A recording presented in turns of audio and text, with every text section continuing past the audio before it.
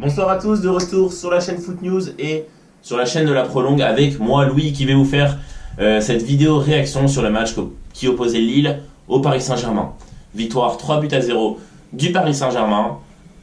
Pour rentrer dans les faits de jeu, le premier fait de jeu dont on peut parler, et le seul à peu près du match qui entre guillemets pourra être lié à un débat, c'est le premier but que met le Paris Saint-Germain. En effet, il est très litigieux parce qu'il y a un hors-jeu de position de la part de Cavani et donc le but aurait dû être refusé. Donc c'est un but de Yuri Berchiche. Sinon, les deux autres buts, c'est deux buts totalement somptueux en fin de seconde période avec un coup franc de Neymar et un lob magnifique de Lo Celso. Donc je vais vous parler de Lo Celso. Pour moi, Lo Celso, je trouve qu'il est de plus en plus bon. Mais vraiment, c'est impressionnant. Ce joueur, on pensait qu'il allait avoir du mal à se faire une place dans le milieu de terrain parisien. Parce qu'il y avait Mota, parce qu'il y avait Rabiot, Verratti, Draxler qu'on a replacé en milieu de terrain.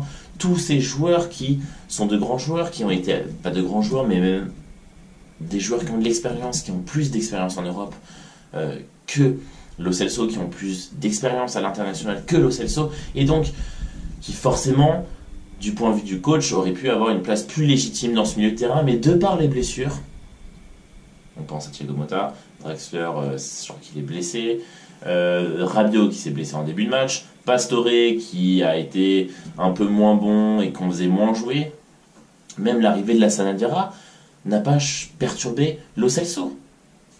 Il est toujours là. Vous allez me dire, la Sanadiara, c'est normal, il ne peut pas être titulaire, mais c'est pas le même poste, et pourtant Lo Celso, qui est placé en sentinelle, il excelle.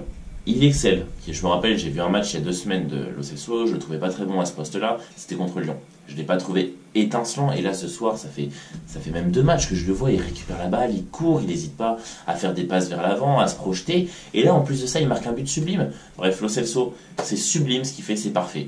Maintenant, je vais parler d'un milieu de terrain, mais c'est un milieu de terrain de Lille, Thiago Mendes, que j'ai beaucoup aimé. Pour parler de Lille, en fait, Lille, je trouve qu'ils ont fait une première période très bonne. Ils ont eu en fait, à chaque fois qu'ils récupéraient la balle, certes dans leur partie de terrain parce que Paris était très présent et attaquait souvent, ils partaient dans une contre-attaque fulgurante qui était emmenée donc par Thiago Mendes qui est replacé un peu plus haut sous Pascal Dupraz, qui tout de suite était aidé par ces deux ailiers, donc je pense à El Ghazi et... Ah mais j'avais le nom, c'est impressionnant. Comment je fais pour oublier ça? Pardon, excusez-moi. Et Mendil, pardon, qui tout de suite revenait en attaque alors qu'ils avaient défendu, qui faisaient les retours défensifs. Je trouve que défensivement ils ont été très appliqués Lille. Il n'y a vraiment absolument rien à dire à ce niveau-là. El Ghazi qui est revenu, qui a fait des retours défensifs. Mendy c'est pareil. Mendy il a tellement couru aujourd'hui que on le voyait en fin de première mi-temps, il était là à mettre les bras sur les jambes, à se tenir, à souffler un peu. Et même cet attaquant Ponce qui jouait très rarement sous Bielsa, même jamais, qui a été titulaire lors de son départ, je trouve que défensivement il a apporté quelque chose et offensivement, dans les duels, dans la récupération de balles, j'ai trouvé ça très bon. En plus il y a Amadou qui a été très bon, qui fait un tir peut-être pas cadré mais qui est très beau. Moi je vous reparle de El Ghazi qui a fait des retours défensifs, qui en tout début de match sur Yuri Berchiche qui fait un très bon retour, très solide, qui a été excellent franchement. Même défensivement, je parle de la défense centrale, ils étaient bien placés en première période et franchement les buts ils viennent entre guillemets d'erreur parce que le premier but n'est pas censé être validé pour un hors-jeu de position comme je vous le disais. Le second but c'est un coup franc et c'est un jeune qui malheureusement fait une faute sur Cavani et c'est des erreurs de débutants, de jeunesse, donc on peut pas... Voilà, on ne peut pas se baser là-dessus pour juger le match des Lillois.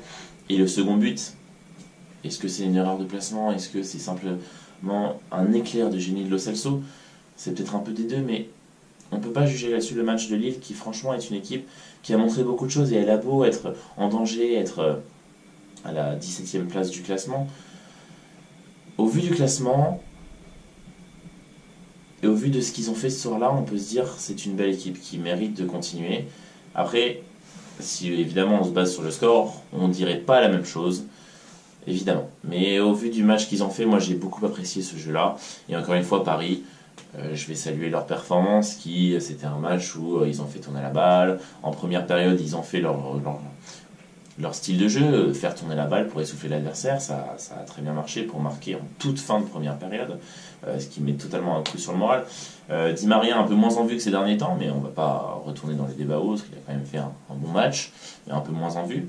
Et Cavani aussi, quelques erreurs, mais voilà, quand tu es attaquant de pointe et que tu n'es pas beaucoup servi, on le voit beaucoup décrocher sur le côté droit. Voilà, c'est compliqué. Ensuite, en parlant de Di Maria et Neymar, ils n'ont pas beaucoup défendu. Moi, je vais prendre la défense de Di Maria en disant que c'est tout simplement parce que je pense qu'il prépare au cas où le match contre le Real Madrid, on ne sait pas s'il sera titulaire, et qu'il enchaîne les matchs là depuis au moins depuis le début de janvier, depuis fin décembre, parce que concrètement, il y a eu Neymar qui était blessé, il y a eu Mbappé qui était blessé, il y a eu Mbappé qui est suspendu ce soir, Cavani qui est revenu trop tard de vacances, de la trêve internationale, enfin, la trêve hivernale, pardon, c'est pas la même chose. Donc voilà, je trouve qu'il n'y a peut-être pas des excuses, mais bon, on voit cette équipe de Paris qui a concrètement un match important, capital qui arrive le 14 février et qui est à fond dedans et veut jouer tous ses matchs avant super bien pour être prêt le 14 février. Sur ce, je vous souhaiter une très bonne fin de soirée. On se dit à demain sur la chaîne Foot News et évidemment sur la Prolongue pour assister donc aux vidéos réactions d'Antoine. Je vous souhaite une très bonne soirée et à bientôt.